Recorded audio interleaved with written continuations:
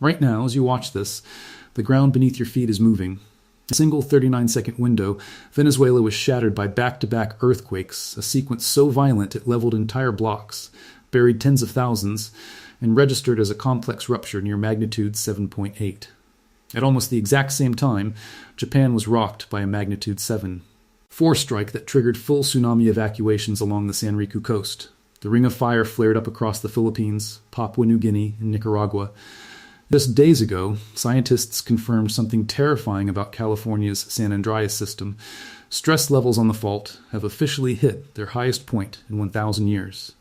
This is not standard news cycle background noise. Major planetary fault lines are charging up and releasing massive energy simultaneously. Today, we are breaking down the hard facts, the underlying geophysics, and the real-world stakes no hype, just the science. Before we jump in, drop a comment below. Have you ever felt the ground shake? Tell me where you were and what it felt like. Make sure to subscribe right now so you never miss a critical geological update, and hit that like button to help push this vital safety information to more viewers. The Venezuelan catastrophe let us begin with the epicenter of the current crisis. Venezuela was struck by the most destructive seismic sequence the nation has recorded since 1900.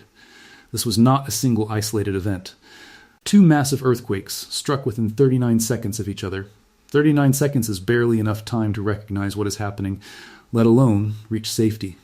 The initial quake, registered at magnitude 7.2, followed almost instantly by the main shock at magnitude 7.5.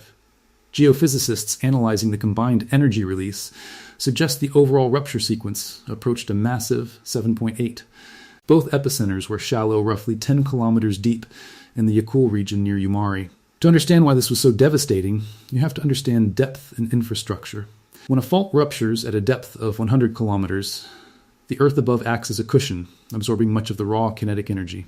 At 10 kilometers, almost 100% of that explosive energy strikes the surface directly. Compounding this geological hazard was Venezuela's severe economic crisis.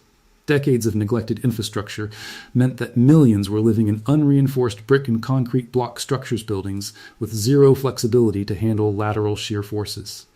When the ground shifted violently twice in under a minute, those structures did not flex. They disintegrated.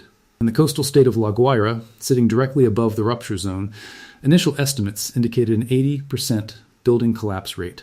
In Caracas, 60 seconds of continuous shaking sent millions panicking into the streets as power grids, cellular networks, and transportation hubs failed. While official early estimates reported thousands of confirmed deaths, field reports and satellite analysis painted a far grimmer picture. Missing person tracking databases logged between 31,000 and 50,000 people unaccounted for. Forensic teams working in makeshift facilities reported processing hundreds of bodies daily, with refrigerated storage completely overwhelmed. NASA satellite imagery later indicated that nearly 59,000 structures were destroyed or severely compromised, with economic damages wiping out billions of dollars, a staggering blow to a country where nearly 8 million people were already in need of humanitarian aid. Japanese model of resilience now. Compare that devastating outcome with what transpired almost simultaneously thousands of miles away in Japan. Magnitude 7.4 earthquake hit off the Sanriku coast along the Japan Trench. Strong ground movement was felt across the country, shaking high-rises in Tokyo for nearly 7 minutes. A 3-meter tsunami warning was triggered, forcing the immediate evacuation of over 44,000 coastal residents. An 80-centimeter tsunami wave struck Kuji Port in Iwate Prefecture. The final casualty report? Minimal injuries, minor localized power outages, and 0 structural collapses or fatalities. Why such a massive difference between two nearly identical magnitude events? It comes down to human preparation. Japan sits at the high-stakes junction of 4 tectonic plates: the Pacific, North American, Eurasian, and Philippine sea plates. It accounts for nearly 20% of all global earthquakes of magnitude 6 or higher. Because of this, Japan does not treat seismic safety as an afterthought. Decades of strict building codes require structures to incorporate base isolation systems' giant shock absorbers that decouple buildings from ground motion. Automated sensors instantly halt high-speed trains and cut industrial gas lines the second primary seismic waves are detected. Following the event, Japanese authorities issued a temporary megaquake advisory, raising the background probability of a magnitude 8+ event from 0.1% to 1%. The population did not panic, they simply verified their emergency routes. Japan demonstrates a critical truth. The ultimate casualty rate of an earthquake is rarely determined by geology alone. It is determined by engineering, policy, and readiness. California's unlocked gate that brings us to the most alarming scientific development coming out of the United States. A major study published in the Journal of Geophysical Research, Solid Earth revealed that the San Andreas fault system in Southern California has reached its highest stress accumulation level in 1,000 years.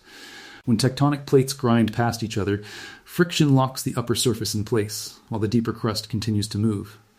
This bends the surrounding rock and builds up tremendous elastic stress over time. The southern section of the San Andreas Fault has not experienced a major rupture since the 1857 Fort Tejon earthquake 169 years ago. For nearly 2 centuries, the Pacific and North American plates have been pushing past each other at roughly 5 centimeters per year without a major release of pressure. Using 4-dimensional computer modeling incorporating centuries of sediment data, tree ring records, and historical slip rates, researchers determined that current stress levels across multiple fault segments are now running at or near peak historical values. Worse, the study highlighted a critical junction at Cajon Pass, about 50 miles northeast of downtown Los Angeles, where the San Andreas meets the San Jacinto Fault. This junction acts as a seismic gate. Under current hyper-stressed conditions, a rupture starting on one fault could easily jump to the other, triggering a multi-fault cascade with a combined magnitude between 7.4 and 7.8. A simultaneous rupture of this scale would impact the entire Los Angeles basin, Riverside, San Bernardino, and the Coachella Valley. Geologists emphasize that this is no longer a distant theoretical scenario. The stress threshold required for a joint rupture is already present. Planetary context and preparedness seeing all these major events occur in short order raises a natural question. Is the Earth breaking apart or becoming unusually violent? From a geological perspective, the answer is no. The Earth experiences thousands of tremors every day. Magnitude 6.0 and larger earthquakes occur roughly 120 to 140 times a year, globally averaging one every few days. The seismic events in Venezuela, Japan, and California are driven by completely independent plate boundaries. They do not trigger each other across global distances. What has changed is human exposure. Megacities holding tens of millions of people are growing rapidly along active fault zones worldwide. The geology remains constant. It is our density and structural vulnerability that increase the risk. While we cannot stop tectonic plates from moving, individual and community preparedness alters the outcome. Having 72-hour emergency kits, securing heavy furniture, knowing utility shutoff locations, and establishing family communication plans are straightforward steps that save lives when the ground shifts. We will continue to track data from fault lines across the globe. Share your thoughts and personal earthquake experiences in the comments below. Subscribe to stay updated on critical developments, and leave a like to help spread this information. Stay safe, stay prepared, and thank you for watching.